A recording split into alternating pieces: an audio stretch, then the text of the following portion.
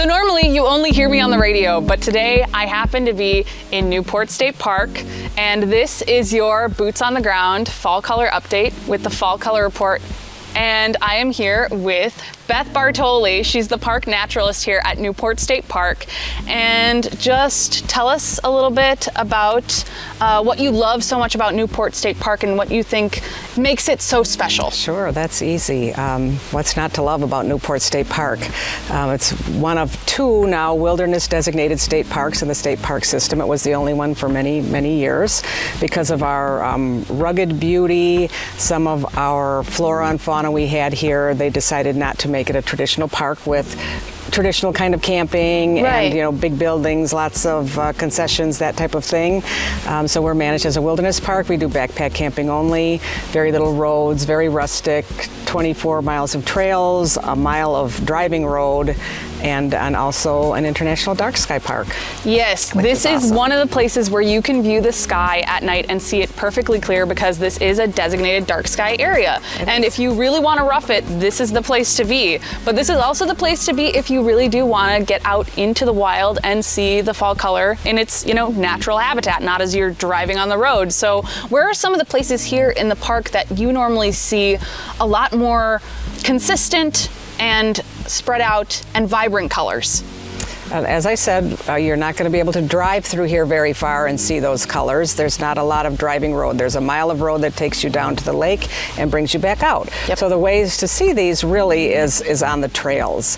Monarch Trail is beautiful because it's a meadow and you see those trees lined up along the side of the meadow, and it brings you up into those trees as you go around. It's about a 1 3/4 mile loop, which is not far from the office building. Mm-hmm. Also, there's Upland Trail, which is we happen to be on right now, which is more of a hardwood forest because it's away from the lake. So right now we're standing in a beech maple ash type of forest. It leads itself to a beech maple hemlock and then into the cedars.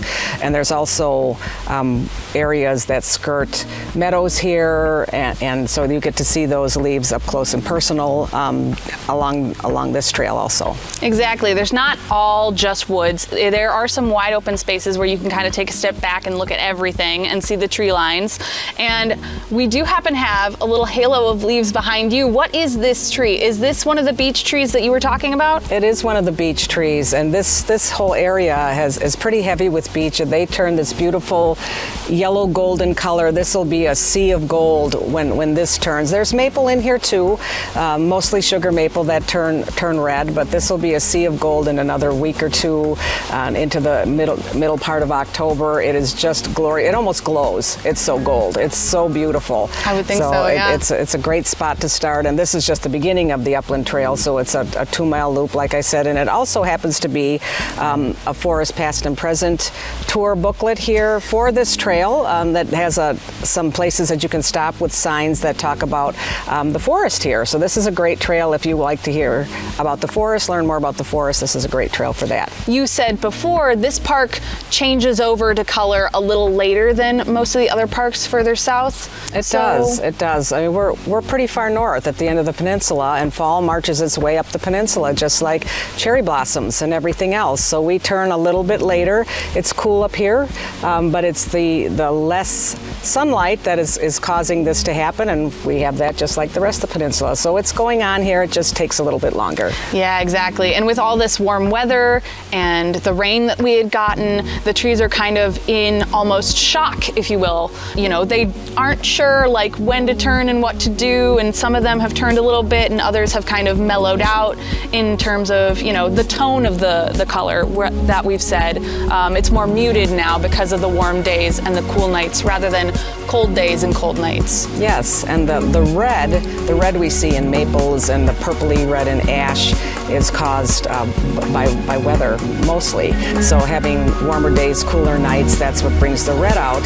And we've had so much rain this last month that we just don't know what's going to happen. So stick around and see. Exactly. We are going to keep you updated as the fall weather continues now that it is officially fall since we passed the equinox. The days are going to get shorter and hopefully we'll start seeing more and more color.